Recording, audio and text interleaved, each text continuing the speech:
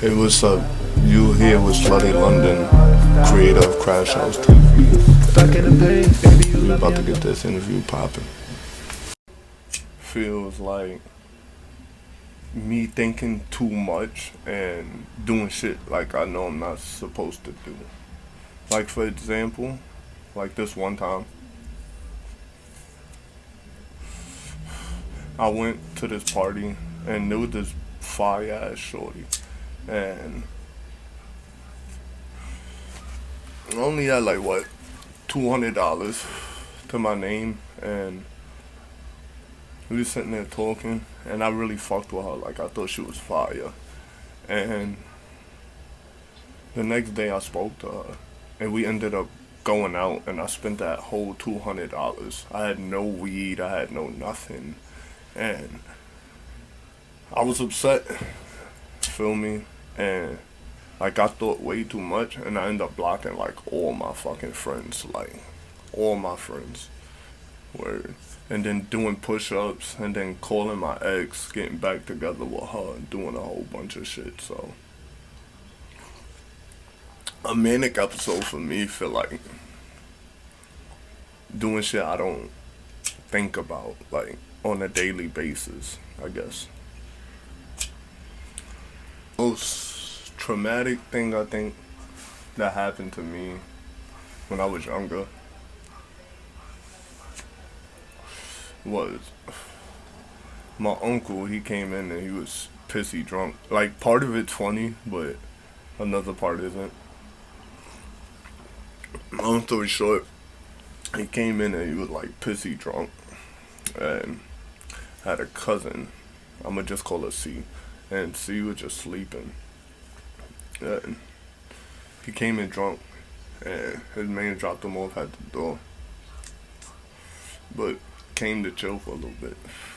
And we was watching, I think, like Polar Express, and he takes the remote, the auto remote, and he turns it. So me being me, I stood up, said something like, "Yo, you can't do shit like that. Like when niggas just sitting down, you can't just, turn the TV." And we had some words, and I kept getting up and turning it on and off.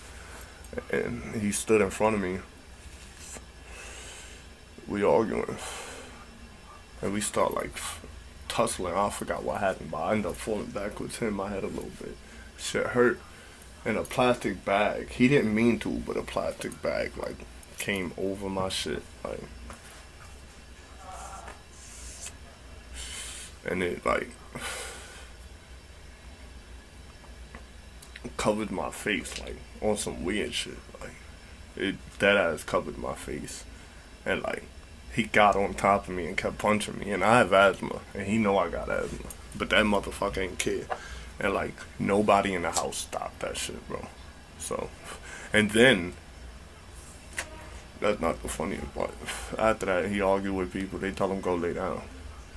So instead of going to the bathroom, my cousin Nene laying on the floor like with a pallet sleep.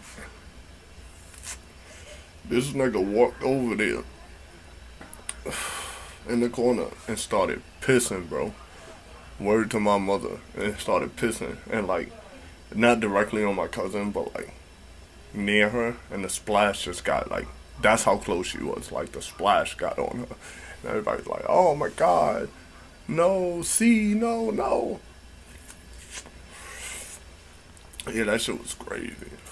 Yeah, he peed on her, and I think it was Christmas or some shit like that.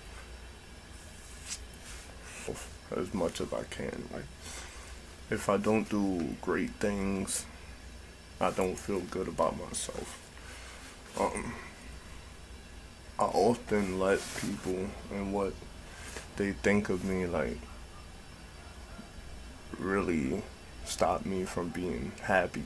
Like I think about it consistently, like, and that's not good. Like I've been trying for years to stop. Like everybody on their journey and shit, but yeah, like I think about that consistently, and like the way I grew up was anything goes, because I never really had someone like watching me as a kid. So or making sure I was good in the extent that I needed, or just pushing me, or just anything. I just didn't have a stable household, so.